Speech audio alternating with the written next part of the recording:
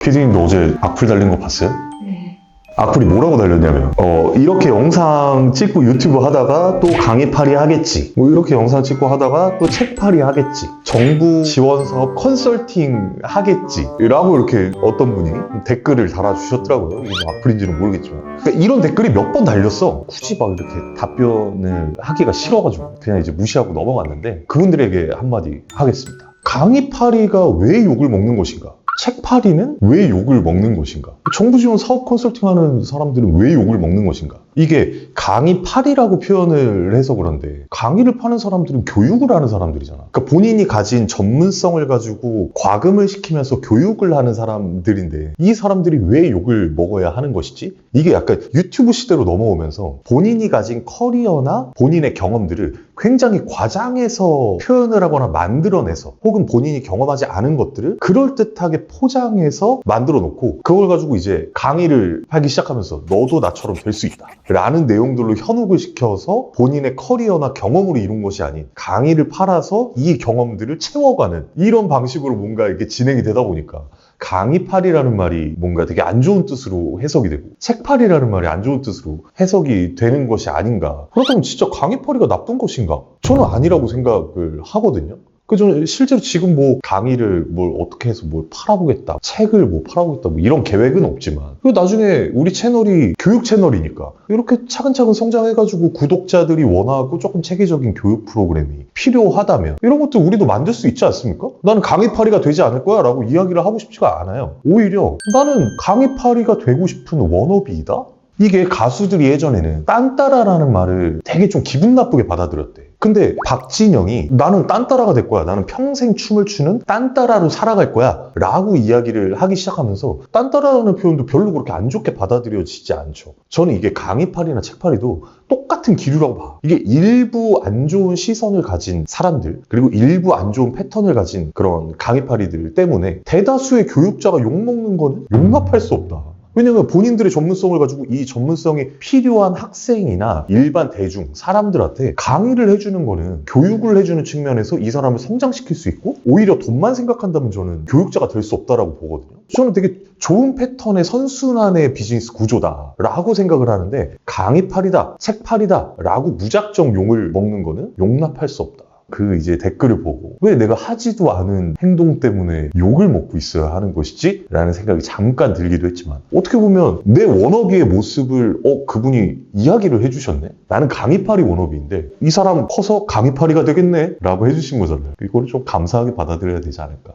기버라는 말 들어봤어요? 기버 테이커. 그게 뭐냐면 본인들이 가지고 있는 정보를 사람들한테 나누고 도와주고 하면서 본인은 기버이기 때문에 나누어준다 라고 이야기를 해요. 그러니까 어떤 사람들이 얘기하는 게, 최상위의 부자들은 기버다 라고 이야기를 하는 거야. 그래서 이거를 보고 따라하는 것일 수도 있다라고 생각을 하는데, 그러니까 기버라는 거는 주는 사람, 그러니까 무작정 주는 사람, 테이커는 무작정 뺏어가는 사람. 근데 자본주의 사회에서 무작정적인 기버, 무작정적인 테이커가 있습니까? 이 두 개가 같이 공존해야 되는 것이잖아. 근데 왜 이 기버들은 본인들을 그럴듯한 말로 포장을 하면서 왜 기버라고 표현을 할까?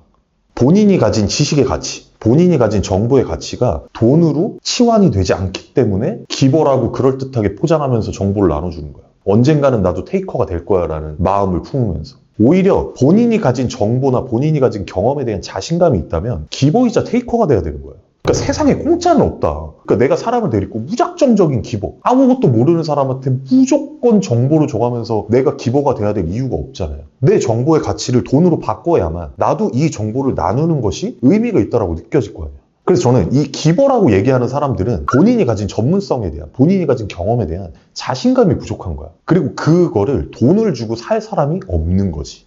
근데 이게 본인이 가진 경험이 돈으로 바뀌는 순간이 있는데, 저는 이거를 바꾸기 위해서 오히려 노력을 해야 된다고 봐. 그러니까 무작정적인 기버를 할 게 아니고, 두 분도 편집과 관련된 전문성이 있잖아요. 그냥 누구한테 편집을 가르쳐줘. 이러면 그냥 기버야. 내가 그냥 PD의 능력을 가지고 영상 편집을 좀 가르쳐줬네? 라는 기버로 끝나지만, 이거를 내가 교육비를 받고 편집을 가르쳐주잖아요. 그러면 영상 편집 교육 프로그램을 운영하는 사업가가 돼. 이거를 돈으로 바꾸는 순간에. 그러면 이거를 돈으로 바꿔봐야 점점 더 나는 이 영상 편집을 가리키는 사람들과 어떤 다른 차별점을 가지고 접근해서 조금 더 돈을 받을 수 있지, 이 수강생들을 조금 더 만족시킬 수 있지 라고 하면서 상품에 대한 차별점도 생각을 하게 된단 말이에요. 그럼 이것들이 하나하나 구체화돼 가면서 점점 사업가가 되어가는 거야. 처음부터 나는 무조건 기버가 될 거야. 이거는 돈을 받는 게 그만큼 어렵기 때문에 그 뒤에 숨는 거예요. 내가 가진 전문성에 대해서 자신감이 있다면 자신감 있게 내 이 정보를 들으면 어떻게 바뀔 수 있는지 이야기하고 고객들한테 돈을 받아야죠. 그래야 그 다음 단계가 있지 않겠습니까? 내가 계속해서 정보를 무료로 나눠. 그러면 이 사람들이 이 정보를 소비하는 것에 대한 진입장벽도 낮아질 뿐더러 변화하고자 하는 의지도 낮아져.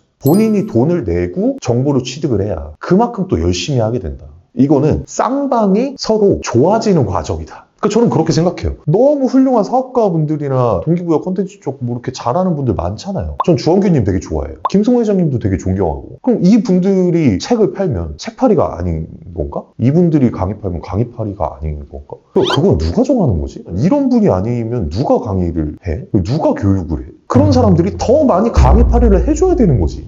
난 내가 가진 창업에 대한 정보, 창업에 대한 경험을 나누는 작업을 지금 하고 있잖아요. 근데 내가 아직 정보 자체가 어느 정도 정제되는 작업들이 필요하다라고 생각을 했기 때문에 바로 내가 교육 콘텐츠를 만들어가지고 이거를 유료로 과금을 할 자신이 없는 거지 아직. 그렇기 때문에 내가 가진 경험이나 정보들을 일단 좀 가볍게 이렇게 좀 아카이빙을 해보자 라는 차원에서 지금 영상을 찍고 있는 것들이죠. 이러다가 내가 이 패턴으로 이렇게 정리를 하면 이게 예비 창업가들한테 이렇게 도움이 되겠구나. 이들의 실패를 몇 % 줄여줄 수 있겠구나 라는 확신이 든다면 나는 강의를 만들 거예요. 강의를 만들어서 그들에게 팔 겁니다. 이거를 무조건적으로 욕하지 않으셨으면 좋겠어요. 전문성을 가지고 있는 사람들이 강의를 파는 것이야. 일부 안 좋은 패턴을 가진 이거를 통해서만 돈을 벌려고 하는, 저는 이 분들도 그 안에서 유의미한 정보가 있다고 봐. 그들이 가지고 있는 생각을 살려는 사람들이 존재하기 때문에 수요와 공급에 맞춰지면서 교육시장이 생겨나는 거 아닐까? 저는 컨설팅을 안 할 겁니다. 컨설팅은 안 할 건데 강의팔이 하겠지, 책팔이를 하겠지, 무지성으로 악플을 다는 분들한테는 다실 필요 없습니다. 타격이 없기 때문에. 나는 강의팔이 워너비이기 때문에. 오늘 영상 여기까지 마치도록 하겠습니다. 끝!